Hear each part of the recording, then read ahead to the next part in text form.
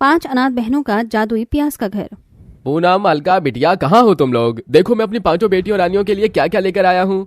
सबसे पहले मेरी सबसे छोटी बिटिया रानी के लिए मैं भरने के लिए रंगीन पेंसिल लेकर आया हूँ। बाबा, मुझे यही ड्राइंग बुक चाहिए थी। ये मेरी प्रीति गुड़िया के लिए। तुझे गुलाबी रंग की चूड़ियां चाहिए थी ना? और ये चुनरी मेरी अलका और पूनम बिटिया के लिए। लेकिन बाबा, आपने हम 5 बहनों के लिए इतना खर्चा क्यों किया? बिटिया, इस साल मेरी प्याज की खेती बहुत अच्छी हुई है। मार्केट में दुगनी कीमत में प्याज बेचकर आया हूँ, इसलिए सोचा अपनी 5 बेटियों के लिए कुछ तोहफे ले चलूं। प्रसाद अपनी 5 बेटियों को प्याज की खेती कर पाल पोस कर बड़ा कर रहा था। प्रसाद अपनी बेटियों से बहुत प्यार करता था। ऐसे ही समय गुजरता है और 1 साल बीत जाता है। अरे प्रसाद, इतनी सुबह सुबह खेत में क्या कर रहे हो? अरे आज मेरी प्याज की फसल पूरी हो गई है ना, इसलिए सोचा जाकर प्याज निकाल लूं। ठीक है, मैं भी तुम्हारी इसमें मदद करता हूँ। इतना कहकर प्रसाद और मोहन दोनों मिलकर खेत में से प्याज को निकालने लगते हैं। लेकिन तभी ये क्या प्रसाद, इस साल तो तेरी प्याज बहुत छोटी छोटी हो गई है। मैंने तो अच्छे से खेती की थी, लेकिन ये प्याज इतनी छोटी छोटी कैसे रह गई? प्रसाद अपनी छोटी प्याज को देखकर बहुत ज्यादा उदास होता है। अगले दिन होते ही प्रसाद उन प्याज को लेकर ही बाजार में बेचने के लिए निकल जाता है। प्याज ले लो, प्याज, लाल लाल प्याज ले लो, 50 रुपए किलो, 50 रुपए किलो प्याज ले लो प्याज। तुम इतनी छोटी छोटी प्याज की 50 रुपए किलो बेच रहे हो? इन प्याज के अंदर क्या ही सब्जी बनेगी? अगर हम 1 किलो प्याज भी लेंगे तो 2 बार सब्जी बनाने में ही 1 किलो प्याज खत्म हो जाएगी। छोटी छोटी प्याज होने की वजह से कोई भी प्रसाद से प्याज नहीं खरीद रहा था। प्याज की बिक्री न होने की वजह से अब घर में धीरे धीरे तंगी का माहौल छा रहा था। ये क्या दीदी, आज भी आपने हमें प्याज और रोटी दी है? आपको पता है क्लास में सभी बच्चे हमारा कितना मजाक उड़ाते हैं। तुम ही बताओ, मैं तुम लोगों को अच्छा खाना कैसे बना कर दूं? हमारे पास इस प्याज को खाने के अलावा और कुछ दूसरी चीज़ नहीं है। अगर प्याज की बिक्री अच्छे से होगी तो हम लोग कुछ और खाएंगे।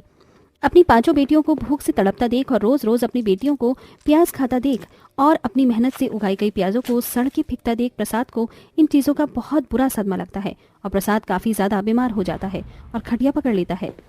मेरी बेटियों, मुझे माफ कर देना। मेरी वजह से तुम 5 को ढंग से एक वक्त की रोटी भी नसीब नहीं हो पा रही है। मैंने तो सोचा था कि मैं इस साल अपनी दोनों बड़ी बेटियों के हाथ पीले करूंगा, लेकिन मैं ये भी नहीं कर पाया। बाबा, आप ऐसे क्यों कह रहे हो? आप देखना, अगले साल हमारी प्याज की खेती ज़रूर अच्छी होगी, फिर आप हमारी धूमधाम से शादी करेंगे। दोनों बड़ी बहनें बाजार में जाकर प्याज बेचना शुरू करती हैं, लेकिन छोटी प्याज होने की वजह से कोई भी उनसे प्याज नहीं खरीदता। ये सब देख प्रसाद की हालत और ज़्यादा खराब होने लगती है और आखिरकार प्रसाद इस दुनिया को अलविदा कह जाता है। 5 बेटियां आंसू भरी आंखों के साथ अपने पिता का अंतिम संस्कार करती हैं और अगले दिन पूनम और अलका प्याज बेचने के लिए बाजार चली जाती हैं। प्याज ले लो, प्याज 40 रुपए किलो प्याज। ऐसी प्याज तुम लोग 40 रुपए किलो बेच रहे हो? अगर इसमें से थोड़ी सी भी खराब निकली तो मेरे तो पूरे के पूरे पैसे बर्बाद हो जाएंगे। अगर 10 रुपए में देनी हो तो दो, वरना हम तो चले।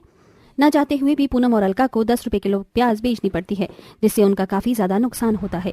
इन 5 बहनों पर मुसीबत का पहाड़ अभी टूटा ही था कि तभी अरे तुम 5 बहनों ने अभी तक मेरा मकान खाली नहीं किया, चलो मेरा मकान खाली करो। दारा सिंह जी, हम 5 बहनें कहाँ जाएंगे? हम तो इतने सालों से आपके मकान में रह रहे हैं, आप हमारे साथ ऐसा कैसे कर सकते हैं? इतने सालों से तुम्हारा बाप हर महीने समय से मेरे मकान का किराया देता था, लेकिन इस बार तो 3 महीने हो गए हैं। यह मेरा घर है, कोई अनाथालय नहीं है जो मैं तुम लोगों को मुफ्त में रहने दूं। भगवान के लिए रहम कीजिए, हम जल्दी ही इन प्याज को बेचकर आपके किराए के पैसे लौटा देंगे। तुम इन पिद्दी भर प्याजों को बेचकर मेरे मकान का किराया दोगे? हाँ? मुझे क्या तुम लोगों ने पागल समझ रखा है? इतना कहकर दारा सिंह उन सारी प्याजों को उठाकर फेंक देता है। वहीं अब 5 बहनों को अपना थोड़ा थोड़ा सामान लेकर घर खाली करना पड़ता है। दीदी, अब हम लोग कहाँ जाएंगे? शाम होने को आई है, जैसे जैसे शाम हो रही है वैसे वैसे ठंड भी पड़ रही है।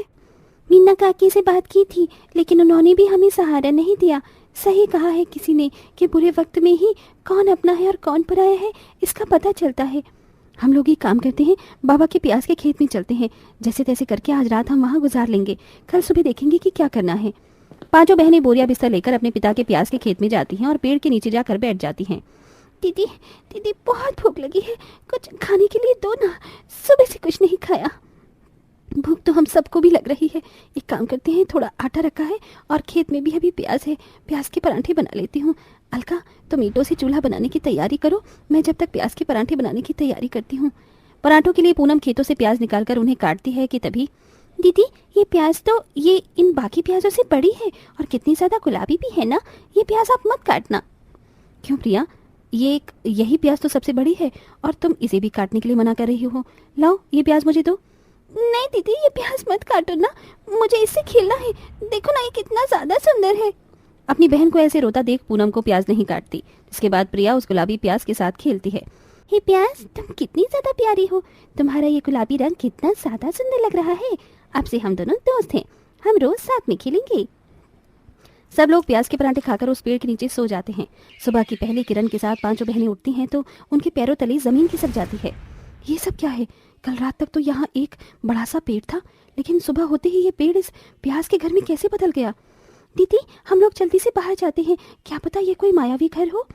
पांचों बहनें जल्दी से उस प्याज के घर से बाहर निकल के आ जाती हैं। वो पांचों जैसे ही बाहर आती हैं तो देखती हैं कि जिस प्याज के साथ प्रिया रात भर खेल रही थी वो प्याज उनकी तरफ चलकर आ रही थी। उसके छोटे छोटे हाथ पैर और आंखें और एक मुंह भी था। ये सब क्या हो रहा है? लगता है किसी ने कालो जादू किया है। डरो मत, मैं एक जादुई प्याज हूँ। मेरे गुलाबी रंग से जो भी मुझे देखता था वो मुझे खराब या कोई मायावी समझकर फेंक देता था। इसलिए मैं तुम्हारे बाबा के इस प्याज के खेत में आ गया। ये जो प्याज का घर है ये मेरा ही बनाया हुआ जादुई प्याज का घर है। लेकिन तुमने हमारे लिए ये जादुई प्याज का घर क्यों बनाया? हर कोई मुझे जहाँ फेंक देता था वहीं पर प्रिया ने मुझे अपना दोस्त बनाया और मेरे साथ खेला। इसलिए मैं तुम 5 बहनों की मदद कर रहा हूँ। तुम्हारे खेत में जो ये प्याज है ना, भले ही आकार में छोटी है, लेकिन ये जादुई प्याज है। ये प्याज कभी भी तुम्हारे खेत से खत्म नहीं हो सकती।